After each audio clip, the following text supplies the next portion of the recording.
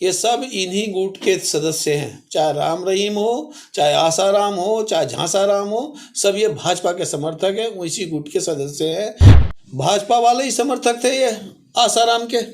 आरोप सही लगाया है, कहीं ना कहीं अंदर से ये कुंठित है और ये सरकार, भाजपा सरकार इनको अंदर से समर्थन दे रही है। ये समर्थक होते हैं बलात्कारियों के, ये समर्थक होते हैं कुकर्मों के, कि कहीं ना कहीं ये मूर्ख दर्शक बनकर और अंदरूनी रूप से, आंतरिक रूप से, अंतर मन से ये लोग समर्थक होते हैं। कहते हैं बेटी पढ़ाओ बेटी बचाओ और करते ठीक उल्टा है। बेटी को रात में खेत में जला देते हैं, उस पर गाड़ी चढ़वा देते हैं, आरोप जो उसको न्याय मांगने जाता है उसको मार देते हैं, और लास्ट में जो जेल से छूटते हैं बलात्कारी उनको ढोल माला से स्वागत करते हैं। ये तो चिन्मयानंद वाले केस में भी देख लीजिए क्या हुआ था लास्ट में। ये सारे समर्थक निकले चिन्मयानंद के। शेगर वाले केस में जिन्हें पूरा परिवार मार दिया, ये सारे समर्थक निकले उसके। ठीक है, ये जेलर में जो कुकर्मी, जो बलात्कारी जो निकलते हैं, उनके साथ ही फूल माला ढोल माला लेकर के स्वागत करने वाली टीम है। ये क्या जाने माताओं बहनों की इज्जत क्या होती है। विनेश फोगाट जो रेसलर है, महिला रेसलर है, उसने जो आरोप लगाया है, कहीं ना कहीं ये बातें सही हैं। रेसलर बच्चे जो जाते हैं और हमारे देश का नाम ऊंचा उठाते हैं और उनको हम भरे मंच पर अगर वो थप्पड़ मार देते हैं तो ये तो एक बहुत ही मतलब जो है निंदनीय है, बहुत निंदनीय। बीजेपी के सांसद ब्रजभूषण सिंह एक रेसलर को मंच पर थप्पड़ मार रहे हैं, इसके बारे में आप क्या कहेंगे? ब्रजभूषण जी रेसलर के अध्यक्ष हैं, कुश्ती महासभा के अध्यक्ष हैं दिल्ली के, और भाजपा के मेरे ख्याल से सांसद हैं।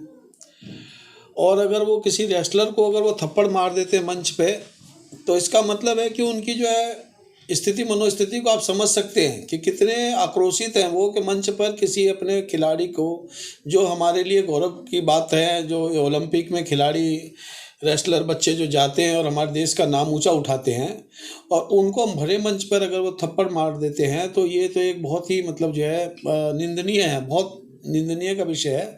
लेकिन इस पर भी अगर बीजेपी के जो लोग हैं अगर शांत बैठे हैं तो इसका मतलब है कि कहीं ना कहीं ये समर्थक हैं। ये जो आरोप जो लगा रहे हैं, हमारे रेसलर जो आरोप लगा रहे हैं, उसमें कहीं ना कहीं ये लोग उसको समर्थन दे रहे हैं ब्रजभूषण को, बजाय उस पर कुछ बोलने के लिए, टीका टिप्पणी करने के अलावा। और जो जंतर मंतर पे लोग बैठे हैं, न्याय की बात देख रहे हैं, हमारे ओलंपिक जीतने वाले गोल्ड मेडलिस्ट लेवल के जो रेसलर्स हैं, जो हमारी बेटियां हैं, हमारी बहनें हैं, और उन लोगों को जो है ये लोग ना दे करके कुछ समर्थन, और इन जैसे नेताओं को जो है समर्थन दे रहे हैं। अभी एक नया मामला आया है कि ब्रजभूषण पर विनेश फोगाट ने यौन शोषण का आरोप लगाया है, इसके बारे में क्या कहेंगे? नहीं तो मैं तो आपको बोल ही रहा हूँ ना कि विनेश फोगाट जो रेसलर है, महिला रेसलर है, उसने जो आरोप लगाया है, कहीं ना कहीं ये बातें सही हैं। कोई भी महिला, हमारी बहन बेटी इस तरीके की हमारी संस्कृति नहीं है कि जो एक महिला इंटरनेशनल लेवल पे खिलाड़ी है, देश का गौरव और मान और सम्मान बढ़ा रही है, वो इस तरीके का आरोप लगाएगी। तो ये जो चीज़ें हैं कहीं ना कहीं जो है उसकी बातें में मुझे दम लगता है।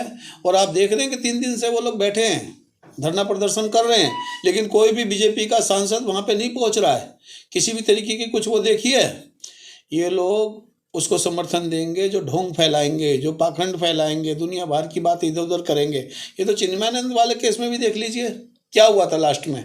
ये सारे समर्थक निकले चिन्मयानंद के। शेगर वाले केस में जिन्हें पूरा परिवार मार दिया, ये सारे समर्थक निकले उसके। ठीक है, ये जेलर में जो कुकर्मी, जो बलात्कारी जो निकलते हैं, उनके साथ ही फूल माला ढोल माला लेकर के स्वागत करने वाली टीम है। ये क्या जाने माताओं बहनों की इज्जत क्या होती है। जिस जगह पर अब देश की बेटियां बीजेपी सांसदों के ऊपर यौन शोषण का आरोप लगा रही हैं, और दूसरी तरफ कर्नाटक में मोदी जी ढोल बजा रहे हैं, इसका क्या सोचते हैं, इसके बारे में क्या कहेंगे? कथनी और करने का फर्क है।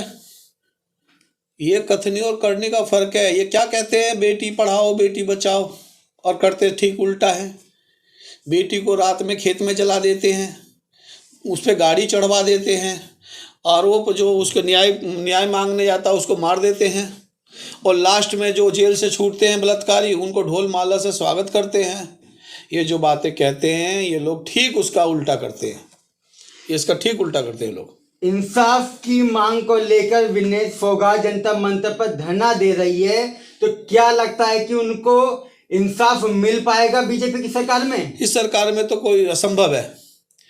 इससे पहले किसको न्याय मिल गया? क्या चिन्मयानंद केस में न्याय मिल गया? क्या सेगर के मामले में न्याय मिल गया?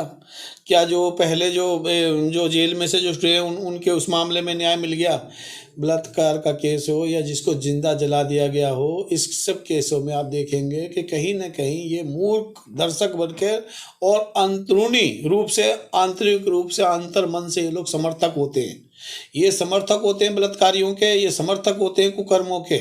और ये जो हमारी बहन बेटी ने जो आरोप लगाया है, महिला जो पहलवान है, रेसलर है, हमारे देश को जो गौरव आन मान शान को बढ़ाते हैं, ये लोगों ने इन पे आरोप सही लगाया है। कहीं ना कहीं अंदर से ये कुंठित है और ये सरकार, भाजपा सरकार, इनको अंदर से समर्थन दे रही है, बजाय कि उनके सवालों का सामना करे या उनके पास जा कर के उनको सांत्वना दे, या इन कुकर्मियों को जिन्होंने यौन शोषण करा है इनको पद मुक्त करके इनको जेल की रास्ता दे।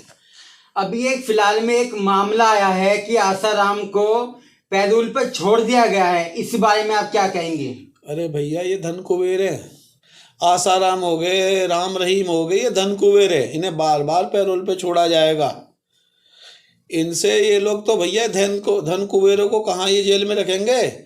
ये इनके समर्थक नहीं है क्या? ये भाजपा वाले ही समर्थक थे ये आसाराम के। बाद में पता लगता है ये तो इस तरीके के पाखंड रूप को ले आते हैं। एक नया बाबा पैदा कर दिया है आजकल, उसमें भी यही ढोंगी लोग उसी को समर्थक दे रहे हैं, ढोंग को फैला रहे हैं देश में। बाद में जब चीज़ें आती हैं तो फिर ये अपना पल्ला झाड़ते हैं। ये सब इन्हीं गुट के सदस्य हैं, चाहे राम रहीम हो, चाहे आसाराम हो, चाहे झांसाराम हो, सब ये भाजपा के समर्थक हैं, वो इसी गुट के सदस्य हैं। इनको बार बार पैरोल पे भी देंगे और देखना इनका बस चले तो इनको मुक्त कर देंगे। ये यौन शोषण के मामले में बाइगोट जो गैंग है वो दिखाई नहीं दे रही, उसके बारे में क्या कहेंगे? बाइकॉट गैंग जो है भैया कैसे दिखाई देगी? अपनी चीज़ों को बाइकआउट कैसे करेंगे? ये जो इनके उसमें आचरण में जो चीज़ें हैं, उस आचरण का ये समर्थक है, उसको कैसे बाइकआउट करेंगे? ये बाइकआउट करेंगे कि भैया नौकरी का अगर संघर्ष करने जाता है तो उसको आतंकवादी बता देंगे, किसान अपना हक मांगेगा तो उसको आतंकवादी बता देंगे, किसी और चीज़ महंगाई पे अगर आवाज़ उठाई जाएगी तो उसको अर्बन नक्सलाइट बता देंगे, बेरोजगारी पे अगर बात करी जाएंगी तो उसको आतंकवादी खालिस्तानी बता देंगे, देशद्रोही बता देंगे। इनकी सिस्टम में ही ये सब चीज़ें नहीं है, इसलिए बाइकआउट टीम जब ही आती है जब इन विषयों पर बात होती है।